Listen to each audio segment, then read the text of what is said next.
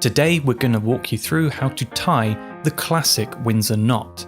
The Windsor knot is a wide formal knot which suits those who have a larger, taller build and looks best with a spread collar. Start with the wide end in your right hand and the narrow end in your left. Make sure the wider end is longer and bring the wide end across and over the narrow end. Feed the wide end up through the loop from behind and back down to the left.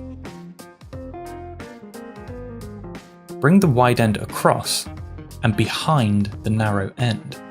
Check the seams facing forward and bring the wide end down through the loop to the right. From right to left, bring the wide end across the front of the knot.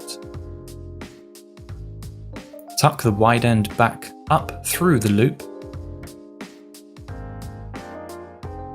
Feed the wide end down through the knot and pull to tighten. To adjust, pull down on the thin end and move the knot up.